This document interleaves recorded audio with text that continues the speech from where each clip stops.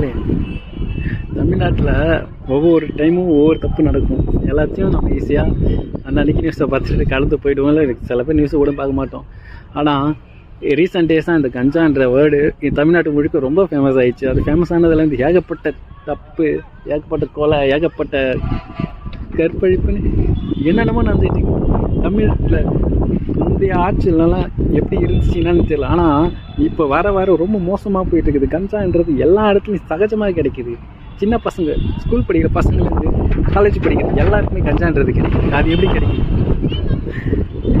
அது கிடைக்கிறதுக்கான காரணம் என்ன? எப்படி கிடைக்குது? முதல் இங்கே ஆட்சி அதிகாரம் சரியில்லையா, அல்லது இந்த இப்போ வளர்கிற பசங்க சரியில்லையா, எது என்ன ஒன்றுமே புரிய மாட்டேது.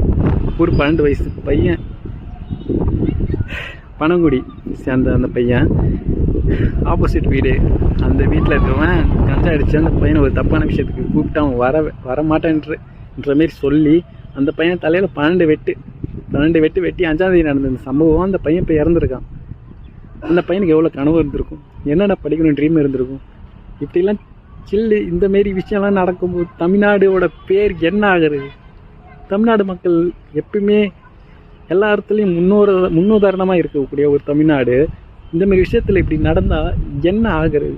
நமக்குள்ளே அடிச்சுக்கிட்டு இந்தமாரிலாம் பண்ணிக்கிட்டு இருந்தால் என்ன ஆகிறது? கஞ்சா அடிச்சிங்கன்னா ஓரமாக போய் எங்கேயாச்சும் கடங்கடா, அதை விட்டு எதுக்குடா அவனை கொள்றது இவனை கொள்றதுன்னு அந்த எண்ணத்தோட வரீங்க. எதுக்குடா கஞ்சா அடிக்கிறீங்க நீங்களாம்? மக அந்த பையன் என்னடா பண்ணா? பாவண்ட அந்த பையன் கூலி வேலை செஞ்சு தினக்கூலி, அவங்க குடும்பம் தினக்கூலி செஞ்சு டெய்லி சம்பாதிக்கிற எங்களை போல பசங்களுக்கு தான் தெரியும் அது எவ்வளோ கஷ்டம். ஒவ்வொரு பேரண்ட்டும் அவங்க பையனை வளர்த்து எடுக்கிறதுன்றது.